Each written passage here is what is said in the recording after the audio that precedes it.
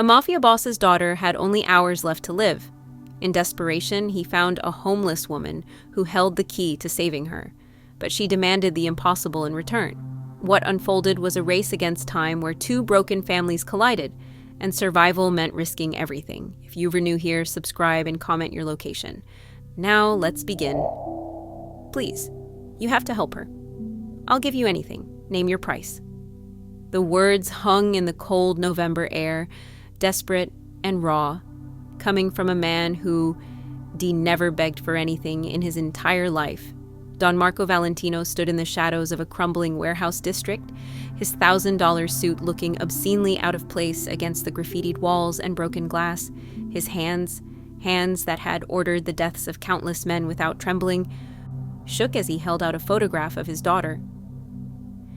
The woman sitting on the concrete steps didn't even look up. Her clothes were layered and worn, her dark hair streaked with premature gray, and her hands wrapped around a paper cup of coffee that had long gone cold. To anyone passing by, she was just another homeless person, another casualty of a city that chewed people up and spit them out. But Marco knew better.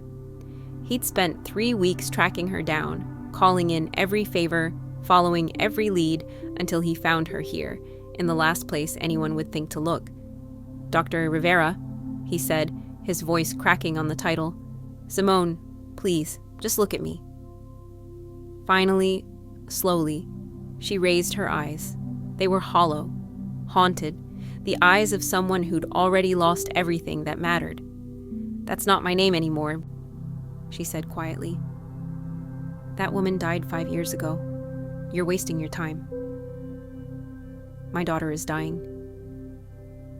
The words came out like broken glass, cutting him as they left his throat.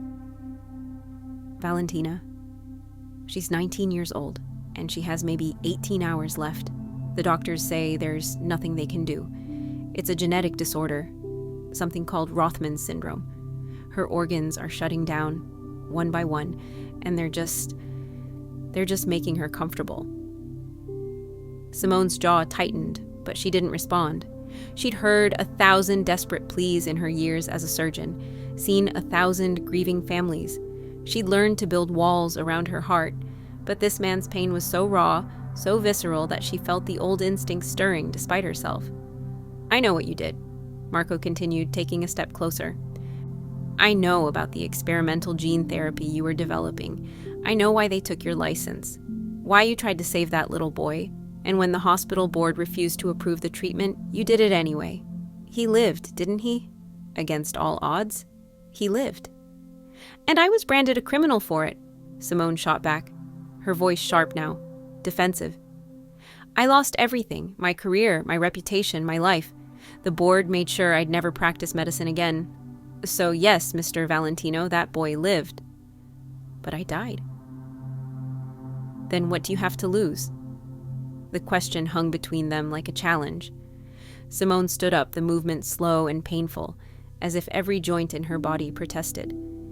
She was only 41, but the streets had aged her beyond her years. She walked toward him, and Marco could see the war in her eyes. The battle between the doctor she'd once been and the broken woman she'd become. "Why, you're a mafia boss," she said flatly. "Don Marco Valentino. I may live on the streets, but I'm not stupid. I know who you are. I know what you do. Why would I help someone like you?" "Because you're a doctor," Marco said simply. "Because no matter what happened to you, no matter what they took from you, you can't turn away from someone who's dying. It's not in your nature." For a long moment, Simone just stared at him. Then she laughed, a bitter and hollow sound that echoed off the warehouse walls. "You think you know me? You think you understand what I've become?" "I think," Marco said carefully, "that I understand loss. And I think you do too." Something flickered across Simone's face, quick as lightning and twice as painful. Her hand went to her pocket, fingers closing around something small and hard. A locket, Marco realized. She carried it everywhere, this broken woman on the streets, clutching at the last piece of her old life. "What's her name?" Simone asked quietly. "Why our daughter?" Valentina Rose. She loves music. Classical piano. She was supposed to start at Juilliard next fall." Marco's voice broke. She's the only good thing I ever made in this world, the only pure thing, and she's dying because of my genes, because of the poison that runs through my family line." Simone closed her eyes. When she opened them again, they were wet with tears. "I had a daughter too," she whispered. "Elena, she was 7 when they took her." Marco's blood ran cold. "Tia Uker, 5 years ago, right after I lost my license.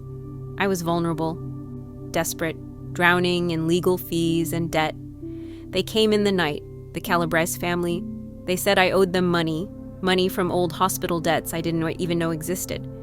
They said I'd work for them, use my skills in their underground clinics, or," she swallowed hard, "or they'd take Elena.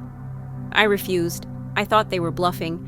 I thought no one could be that cruel." "Dear God," Marco breathed.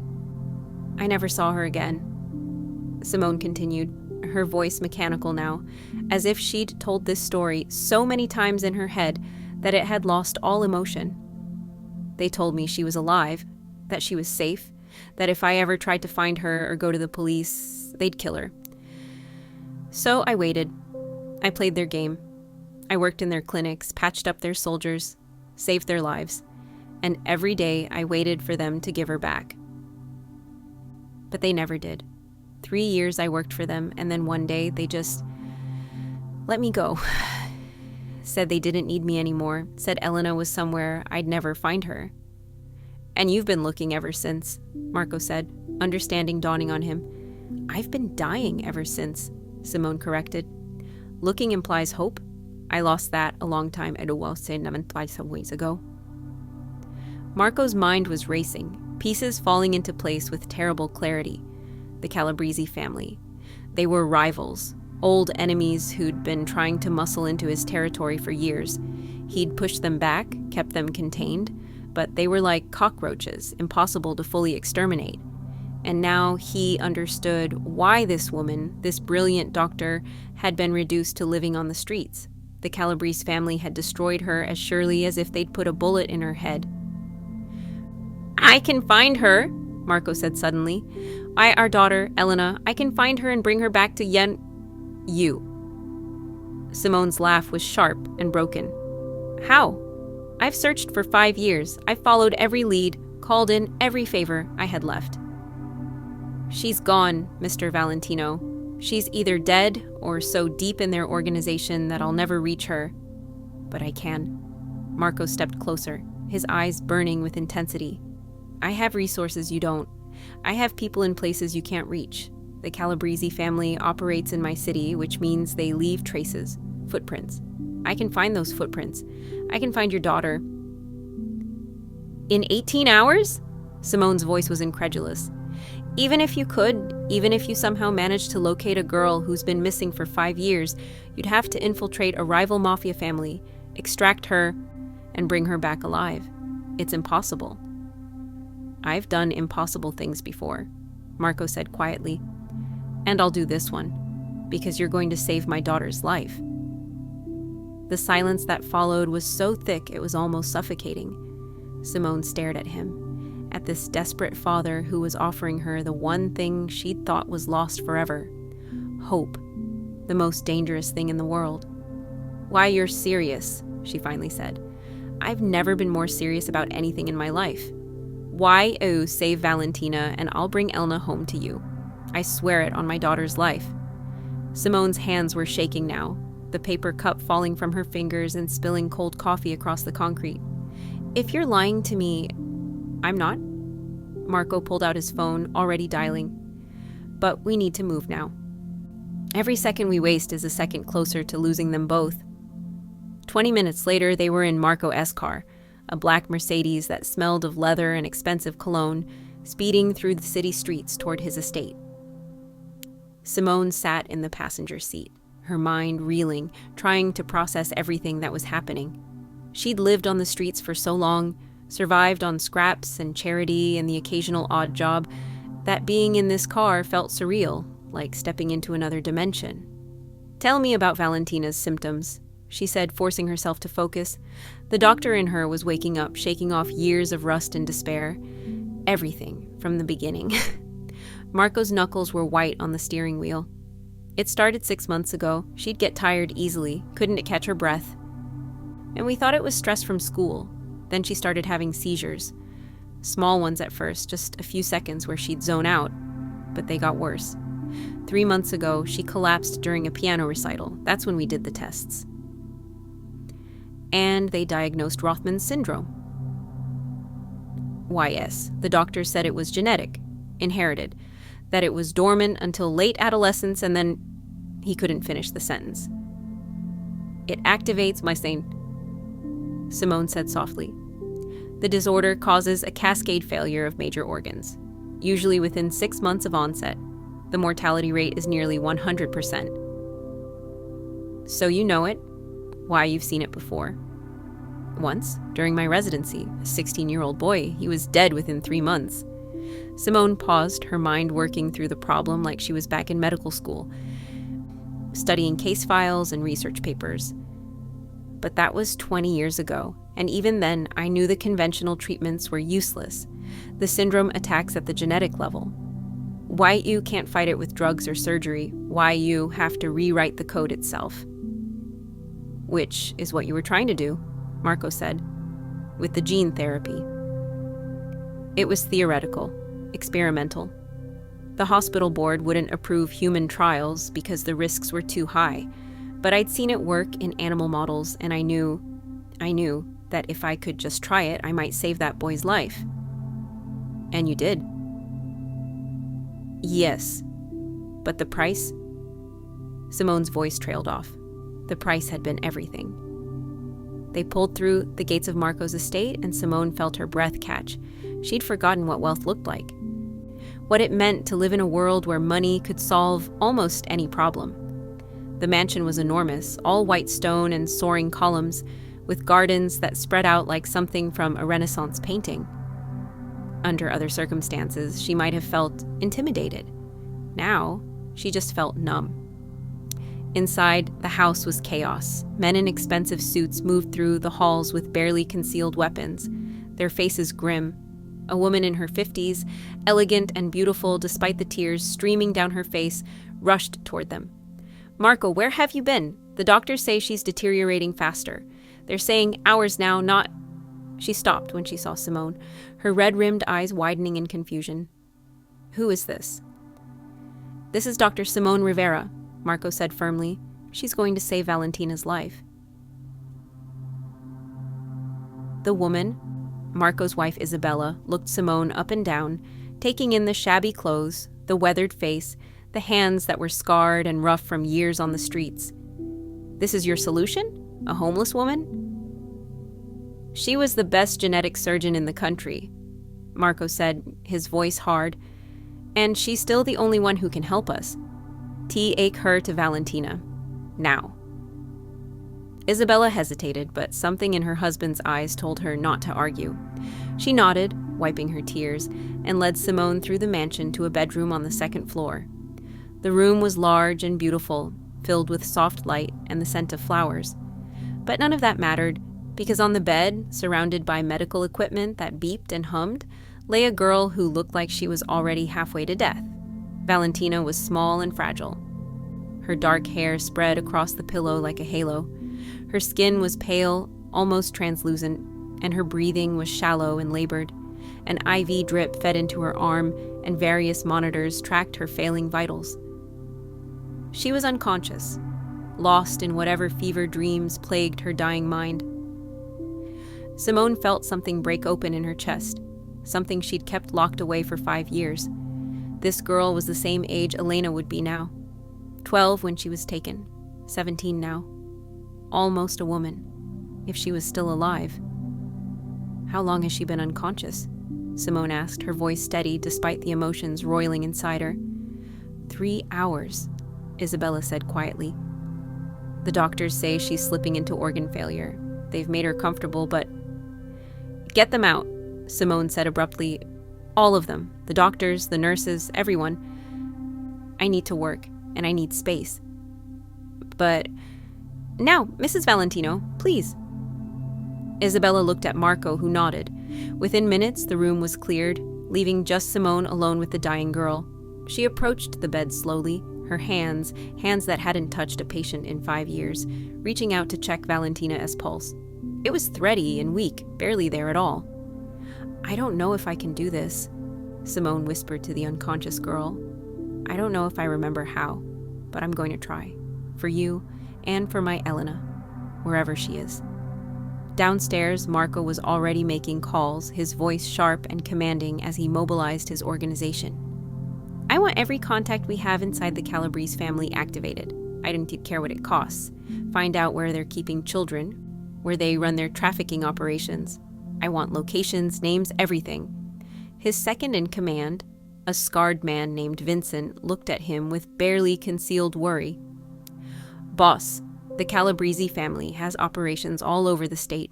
Finding one specific girl in 18 hours is impossible?" Marco's eyes flashed. "That's what everyone keeps telling me today. I'm getting tired of that word. Vincent, make it possible." Vincent nodded and disappeared to make his own calls. Marco sank into a chair, his head in his hands. He'd built an empire on violence and fear, on being harder and more ruthless than everyone else. But none of that mattered now. None of his power, none of his money, none of his reputation could save his daughter's life. Only that broken woman upstairs could do that. And only if he could deliver on an impossible promise.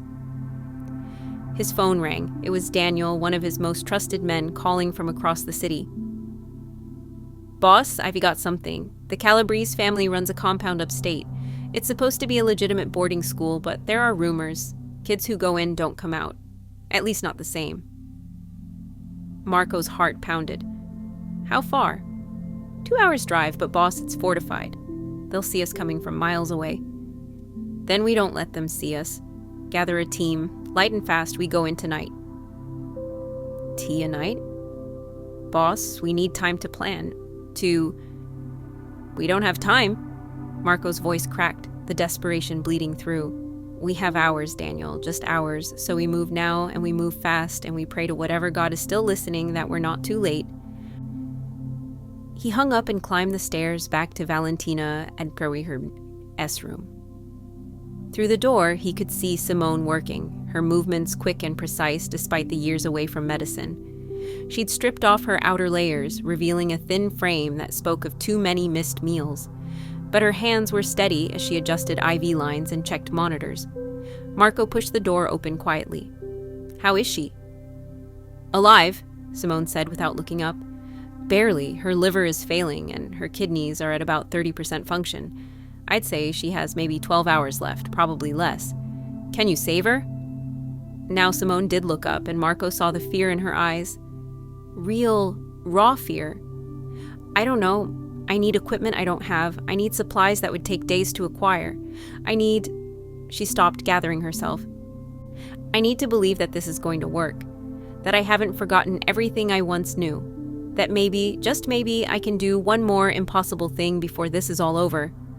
Marco crossed the room and took her hand, that rough, scarred hand that had once performed miracles.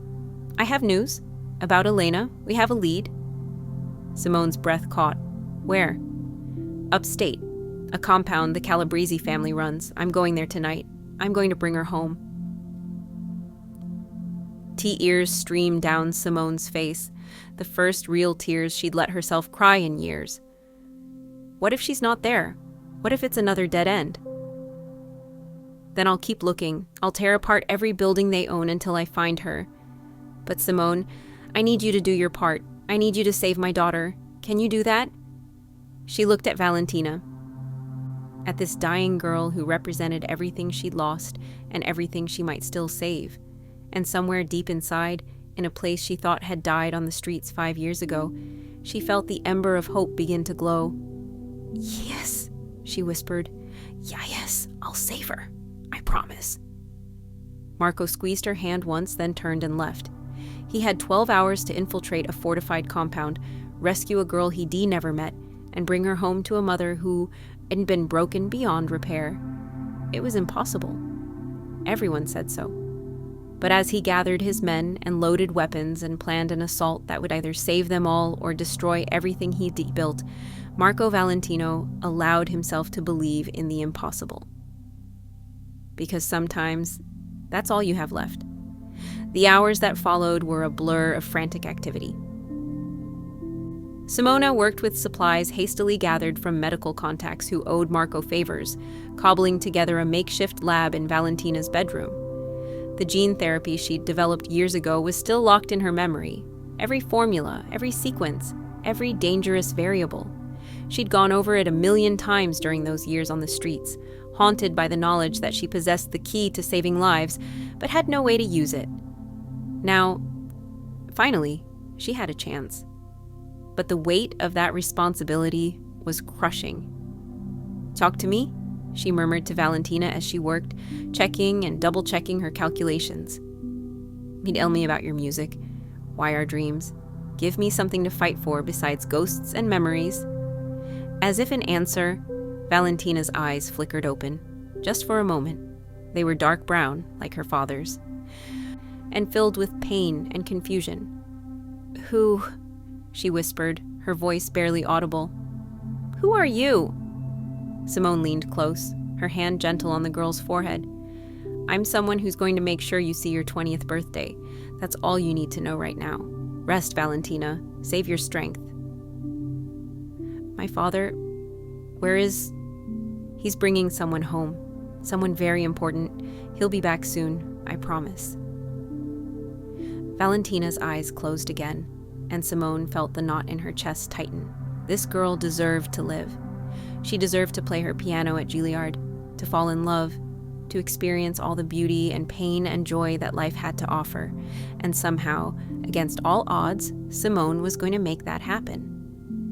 Meanwhile, 2 hours north, Marco and his team approached the compound under cover of darkness. It was an old boarding school. Daniel had been right about that. High walls surrounded the property, topped with security cameras and motion sensors. Lights illuminated the grounds, and guards patrolled the perimeter with military precision. "This isn't a school," Vincent murmured beside Marco. "This is a prison." "Then we break in like prisoners," Marco said grimly. "Daniel, you're sure about the blind spot?" "North wall near the old oak tree. The cameras have a gap there, just wide enough for us to slip through." "And the building Elena's in?" "If our intelligence is right, the children are kept in the east wing, 3rd floor." Marco nodded, checking his weapon one last time. He'd brought only his most trusted men, people who understood that this mission wasn't about territory or money or power. This was personal. This was about saving 2 innocent lives from the monsters who'd destroyed them. They moved like shadows, crossing the distance to the wall in silence. The climb was treacherous, especially for Marco, who at 52 wasn't as agile as he'd once been. But desperation gave him strength, and soon they were over the wall and moving across the dark grounds toward the main building. The first guard never saw them coming. Vincent took him down silently, a quick chokehold that left the man unconscious but alive. Marco had been explicit. No killing unless absolutely necessary. They were here to rescue, not to massacre. Inside the building, the atmosphere changed. The walls were cold and institutional, painted in sickly greens and grays. The smell was worse, a mixture of industrial cleaner and something darker, something that spoke of fear and suffering. Marco's jaw clenched. If Elena had spent 5 years in this place. 3rd floor, he whispered, and they began to climb. The stairwell was empty, but they could hear sounds from above. Voices, movement, the occasional cry that was quickly muffled. Marco Ia's blood ran cold. How many children were trapped in this nightmare? How many families had been destroyed by the Calabrese family's greed? They reached the 3rd floor and found themselves facing a long hallway lined with doors. Each door had a small window, reinforced glass that looked in on tiny rooms. Cells. These were cells. "Spread out," Marco ordered quietly. "Find her. We don't have much time." His men moved down the hallway, checking each cell. Marco took the first few rooms himself, his heart breaking at what he saw. Children. Some as young as 8 or 9, huddled in corners or lying on narrow cots. Their eyes were dead, hopeless. They'd been here so long they'd forgotten what freedom looked like. And then he saw her. The girl in the fifth cell on the left was older than the others, maybe 17. She had dark hair that fell to her shoulders, tangled and unkempt. Her face was thin, marked by the kind of hardness that came from surviving impossible circumstances. But there was something in her eyes, even through the glass, that reminded Marco of Simone, a defiant spark that refused to be extinguished. "Elena," he breathed. The girl's head snapped up at the sound of her name. She stared at him, confused, suspicious. People didn't speak her name here. People barely spoke to her at all. Marco worked quickly, picking the lock with tools his men had brought. The door swung open and he stepped inside, hands raised to show he meant no harm. "Elena Rivera?" he said softly. "Why our mother sent me. Dr. Simone Rivera. I'm here to take you home." For a long moment, Elena just stared at him. Then her face crumpled, years of carefully maintained walls collapsing all at once. "That's not funny," she choked out. Don't do that. Don't give me hope like that." "It's not a joke." Marco moved closer, pulling out his phone and showing her a photo he'd taken of Simone earlier. "She's waiting for you. She's been searching for you every day for 5 years. And tonight, I promised her I'd bring you home." Elena looked at the photo, at her mother's face, older and worn, but unmistakably hers. And then she was moving, launching herself at Marco with a sob that came from somewhere so deep it was almost primal. "Please," she whispered against his chest, "please don't let this be a dream. Please let this be real." "It's real," Marco promised, holding her as she shook. "I swear to you, it's real. But we need to move. Now."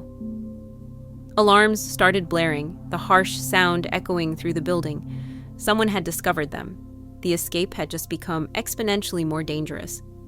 "Boss!" Vincent appeared at the door, his face grim. "We've got company, multiple hostiles converging on this floor." "Then we fight our way out," Marco said, his voice hard. He looked down at Elena. "Can you run?" She nodded, wiping her tears, and Marco saw the strength in her that had kept her alive all these years. "I can do whatever I need to do to get out of here." That's what I wanted to hear. "Stay close to me. Don't stop for anything." They burst into the hallway to find chaos. Other children were being released by Marco S-men, some running for the stairs, others frozen in fear. Gunfire erupted from the far end of the hall, and Marco's men returned fire, creating covering fire for the retreat. "Go, go, go!" Marco shouted, pushing Elena toward the stairs. They ran, footsteps pounding on the cold floor, the sounds of violence echoing behind them. A bullet whizzed past Marco's head, close enough that he felt the heat. He spun and fired back, taking down one of the Calabrese soldiers. They made it to the first floor, then out into the night. The grounds were alive with activity now, lights blazing, guards shouting. But Marco S-men had prepared for this. And diversionary explosions on the far side of the compound drew many of the guards away. "The wall!" Daniel shouted. "Same way we came in!" They ran across the dark grounds, Elena stumbling but never falling, driven by 5 years of pent-up desperation. Behind them, more gunfire. Vincent cried out, hit in the shoulder, but kept moving. They couldn't stop. Not now. The wall loomed ahead. Marco lifted Elena up and his men helped push her over. One by one they followed, dropping down to the other side just as reinforcements arrived. The last man over took a bullet to the leg, but they dragged him along, refusing to leave anyone behind. And then they were in the cars, engines roaring to life, tires screeching as they raced away from the compound. Elena sat in the back seat next to Marco, her whole body shaking, her breath coming in quick gasps. "We did it!" she whispered, as if saying it out loud might make it disappear. "We actually did it." "We did," Marco confirmed, his own hands trembling with adrenaline. He pulled out his phone and called Simone. She answered on the first ring. "Marco, did you—" "I have her," he said, his voice rough with emotion. "I have Elena. We're coming home." The sound that came through the phone was something between a laugh and a sob. Thank God. Thank God. How long? 2 hours, maybe less. How's Valentina?" A pause. A long, terrible pause that made Marco's heart stop. "She's crashing," Simone said quietly. "I've started the gene therapy, but her body's fighting it. Marco, I don't know if 2 hours is fast enough. I don't know if she's going to make it that long. Make her make it, Marco said fiercely. Why you told me I'd save her? So save her, Simone. Whatever it takes. I kept my promise. Now you keep yours. I'm trying. God help me, I'm trying. The line went dead. Marco looked at Elena, at this girl he'd risked everything to save, and felt the weight of the impossible choice he'd made. 2 girls, both dying in different ways. One mother desperate to save her daughter. One father willing to move heaven and earth to save his. Drive faster, he ordered his driver. I don't care if you break every traffic law in the state. Get us home, now. They raced through the night, the darkness broken only by streetlights and the occasional passing car. Elna had stopped shaking, but she kept touching her arms, her face, as if checking to make sure she was real, that this wasn't another cruel dream. Is my mother okay? She asked finally. Marco chose his words carefully. She's alive, she's strong, and she's waiting for you. But life hasn't been kind to her. The last 5 years. They've been hard, Elena. Very hard. She's not the same woman you remember. I'm not the same girl she remembers either, Elena said softly. So I guess we'll figure it out together. Back at the estate, Simone was fighting her own battle. Valentina's vitals were dropping, her body rejecting the therapy that should have been saving her life. Simone had tried everything, adjusted every variable, but nothing was working. The girl was slipping away, and there was nothing she could do to stop it. Come on, Simone whispered desperately, her hands working frantically. Come on, Valentina, fight! Why, our father's coming back. He's bringing Elena home. I have to live to see it. I have to. But Valentina's heart rate continued to drop. 60 beats per minute. 50. 40. Simone made a decision. It was risky, possibly fatal, but doing nothing was definitely fatal. She adjusted the gene therapy dosage, pushing it higher than any trial had ever tested. Too much could cause cellular breakdown, could kill Valentina faster than the disease. But too little was clearly not enough. Forgive me, she breathed, and pushed the new sequence into Valentina's Ivalkin. For a moment, nothing happened. Then Valentina convulsed, her body arching off the bed, monitors screaming warnings. Simone fought to hold her down, to keep the IV in place, watching the readouts with desperate hope.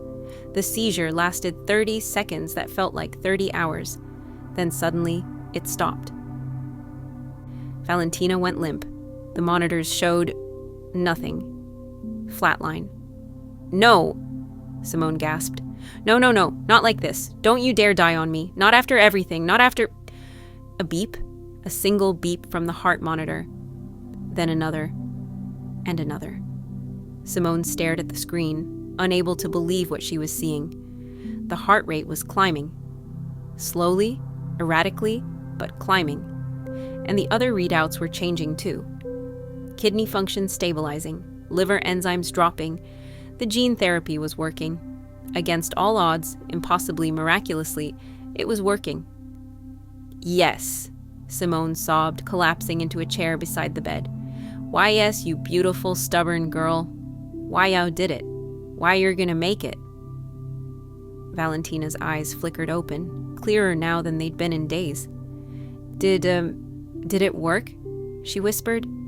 It worked, Simone confirmed, laughing and crying at the same time. You're gonna be okay. You're gonna live. My father? On his way home, with someone very special. The sound of cars in the driveway made them both look up. Simone stood on shaky legs and went to the window. She saw Marco's Mercedes pull up, saw doors opening, saw men helping each other out, and then she saw her, Elena, her daughter, her baby girl, who wasn't a baby anymore but a young woman, tall and strong, despite everything she'd endured. She was looking around with wide eyes, taking in the estate, the lights, the people, and then she looked up at the window, at the figure standing there backlit by the bedroom lights. Their eyes met across the distance. Elena broke into a run, racing toward the house. Simone turned and ran too, out of the bedroom, down the stairs, through the halls of this mansion that wasn't hers but felt, in that moment, like the most beautiful place in the world. They met in the foyer, crashing into each other with the force of 5 years of separation. Simone's arms went around her daughter, holding her so tight it must have hurt, but Elena didn't complain. She just held on, both of them crying, both of them broken and healing all at once. "Mom," Elena sobbed. "Mom, I thought I'd never see you again." "I'm here," Simone gasped. "I'm here, baby. I'm so sorry I couldn't find you sooner. You found me now. That's all that matters." Marco stood in the doorway, watching this reunion with tears streaming down his face. Isabella appeared beside him, her hand slipping into his. "You did it," she whispered. "Yeah, you saved them both." "Simone saved them both," Marco corrected. I just kept a promise." He climbed the stairs to Valentina's room and found his daughter sitting up in bed, still weak, but unmistakably alive. Her color was better, her breathing easier. When she saw him, she smiled. "Hey, Papa." Marco crossed the room in 3 strides and pulled her into his arms, holding her with all the desperate love of a father who'd almost lost everything. "Hey, sweetheart, how do you feel?" "Like I got hit by a truck, but I'm alive." She pulled back to look at him. "The doctor said you did something impossible today." "We all did something impossible today," Marco said. He looked toward the door, where Simone and Elena were now standing, still holding each other, unable to let go. All of us together. The weeks that followed were a blur of recovery and adjustment. Valentina grew stronger each day, the gene therapy having successfully rewritten the deadly code in her cells. She would need monitoring for the rest of her life, but the crisis had passed. She would live. She would play piano at Juilliard. She would have the future that had almost been stolen from her. Elena began the long process of healing from 5 years of captivity. There were nightmares, moments of panic, days when she couldn't believe she was really free. But Simone was there for all of it, patient and loving, and refusing to let her daughter face the darkness alone.